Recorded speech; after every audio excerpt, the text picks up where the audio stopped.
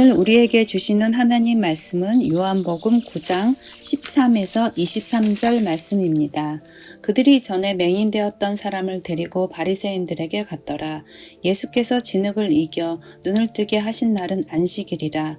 그러므로 바리새인들도 그가 어떻게 보게 되었는지를 물으니 이르되 그 사람이 진흙을 내 눈에 바르매 내가 씻고 보나이다 하니, 바리새인 중에 어떤 사람은 말하되 이 사람이 안식일을 지키지 아니하니 하나님께로부터 온 자가 아니라 하며, 어떤 사람은 말하되 죄인으로서 어떻게 이러한 표적을 행하겠느냐 하여 그들 중에 분쟁이 있었더니, 이에 맹인되었던 자에게 다시 묻되 그 사람이 내 눈을 뜨게 하였으니 너는 그를 어떠한 사람이라 하느냐 대답하되 선지자이다 하니, 유대인들이 그가 맹인으로 있다가 보게 된 것을 믿지 아니하고 그 부모를 불러 묻되 이는 너희 말에 맹인으로 났다 하는 너희 아들이냐? 그러면 지금은 어떻게 해서 보느냐?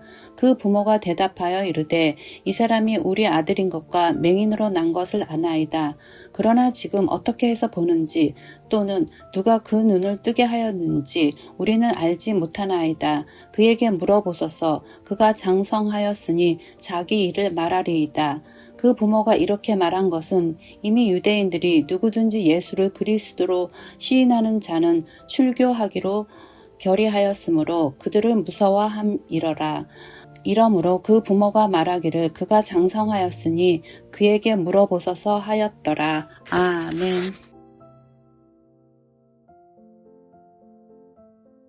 안락한 가상세계와 고통스러운 현실을 담은 영화 매트릭스에는 빨간 약과 파란 약이 등장합니다. 파란 약을 먹으면 무지 속에서 안락한 가상세계를 계속 누릴 수 있습니다. 하지만 빨간 약을 먹으면 고통스럽지만 진짜 현실을 마주해야 합니다. 가끔 동역하는 SFC 간사들과 빨간 약과 파란 약에 대한 고민을 나눌 때가 있습니다. 기독교 신앙에 담긴 어떤 지식은 빨간 약과 같아서 우리를 더 이상 이전처럼 살 수 없게 만들기 때문입니다. 그런 지식으로 학생들을 각성시키는 것이 한편으로는 뿌듯한 일이지만, 각성한 학생이 짊어져야 할 삶의 긴장이 가볍지 않음을 알기에 참 괴로운 일이기도 합니다. 무엇을 가르친다라는 것이, 또한 무엇인가를 배워서 깨닫게 된다라는 것이 참 무거운 까닭입니다. 우리가 요한복음 9장 13절에서 23절에 이르는 본문에서 목격하는 진실이기도 합니다. 예수님께서 여러 사람이 오가는 길가에서 날 때부터 맹인이었던 사람의 눈을 밝히셨습니다. 누구도 부인하기 힘들 정도로 공적인 사건이었음에도 곧 이 사건에 대한 여러 논쟁이 일어났습니다. 논쟁은 크게 두 가지 양상이었습니다. 첫째는 이제는 밝은 눈을 가진 이가 정말 맹인이었는가에 대한 논쟁이었습니다. 18, 19절에 담긴 질문의 의도인데 일어난 사건 자체를 애써 부정하려는 태도입니다. 둘째는 치유를 행하신 예수님에 대한 논쟁입니다. 일어난 사건 자체를 부정할 수 없다면 사건의 의미를 조작하려는 시도입니다. 이를 16절에서 발견할 수 있습니다. 바리새인 가운데 일부는 예수님께서 진흙을 이겨 맹인의 눈에 바르신 행위를 노동으로 간주해 예수님이 안식일 규정을 어겼다고 비난했습니다. 결국 안식일과 율법을 어긴 이가 하나님으로부터 올 수는 없다고 해석했습니다. 다른 복음서의 표현을 빌리자면 귀신을 힘입어 이런 일을 행했다고 비난하고 있는 것입니다.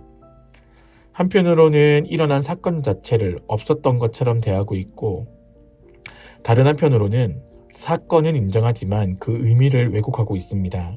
이것이 본문에 등장하는 바리새인들만의 모습은 아닙니다. 우리도 자주 일어난 사건 자체를 외면하는 현실 부정에 빠지거나 마지못해 현실을 인정하지만 의미를 왜곡하는 자기 합리화에 빠지기 때문입니다. 왜 우리는 이렇게까지 무엇인가를 부정하고 또한 왜곡하는 것일까요? 그 중심에는 자신이 보고 싶은 것만을 보는 무지가 도사리고 있습니다. 어떤 점에서 무지는 대단히 역설적입니다. 적어도 자신이 보고 싶은 부분에 있어서는 다른 사람들보다 더 많이 보고 있기 때문입니다. 하지만 정작 보아야 할 것에 대해서는 눈을 감았습니다. 당시 바리새인들은 자신들이 안식일 규정을 포함한 율법을 잘 지켜서 하나님을 감동시키면 하나님께서 개인을 넘어선 이스라엘 민족의 부활을 선물로 주실 것이라고 굳게 믿었습니다. 이런 신념을 가지고 있으니 누구보다 율법을 상세하게 연구했고 또 온 힘을 다해 지키려 했습니다.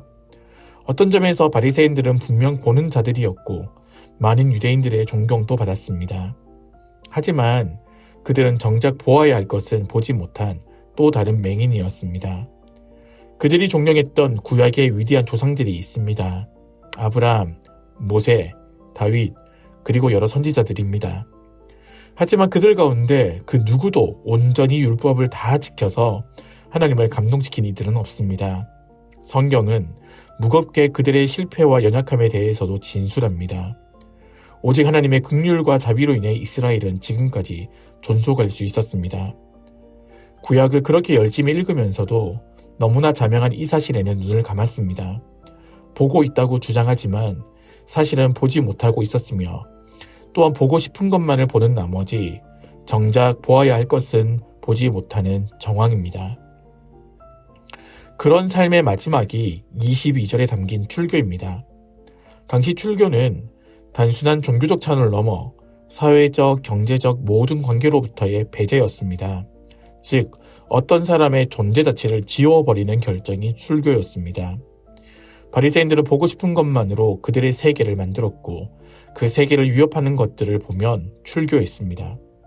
맹인이었다가 밝은 눈을 가진 사람의 부모조차 출교가 두려워 진실을 밝히기 주저하는 것을 보면 출교가 유대인들에게 얼마나 두려운 일이었는지 알 수 있습니다.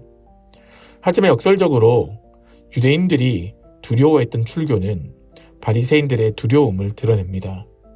무엇인가를 깊이 두려워하는 사람일수록 그 두려움으로 다른 사람들도 두렵게 만들기 때문입니다.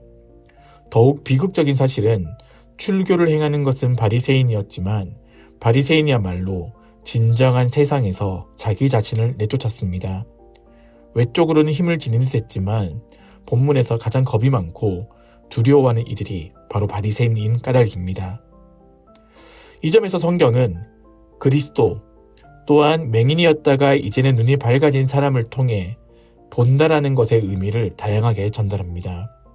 첫째, 본다라는 것은 현실 부정과 자기 합리화에 빠지지 않는 것입니다. 발생한 사건을 정직하게 인정하는 것이며 그 의미를 의도적으로 조작하지 않는 것입니다. 그래서 본다는 것은 때로는 아주 아픈 일입니다. 우리가 저지른 잘못을 마주할 때는 더욱 그리합니다.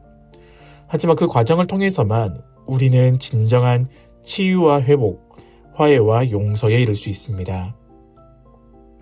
둘째, 본다는 것은 자기 중심성에서 벗어나는 것입니다.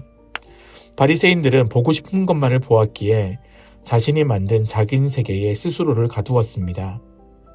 하지만 진정으로 보는 자들은 비로소 내가 아닌 타자, 그리고 우리를 창조하시고 지금까지 긍휼로 인내하신 하나님을 바라볼 수 있습니다. 처음부터 본다라는 것 자체가 밖을 향하는 행위이기도 했습니다. 셋째, 본다는 것은 두려움을 넘어서는 것입니다. 진정으로 보게 된 눈 밝은 이는 부모와 달리 출교를 두려워하지 않고 자신에게 일어난 일을 고백합니다. 출교를 당할 수도 있지만 역설적으로 더 깊고 넓은 세상을 마주하게 될 것입니다. 그렇기에 진정으로 보는 이들은 두려움을 넘어 좁은 세상에서 더 넓은 세상으로 걸어갈 수 있습니다. 바로 이것이 그리스도께서 우리에게 선물로 주신 볼 수 있는 신앙입니다. 믿음으로 이 신앙에 함께 참여하기를 소망합니다.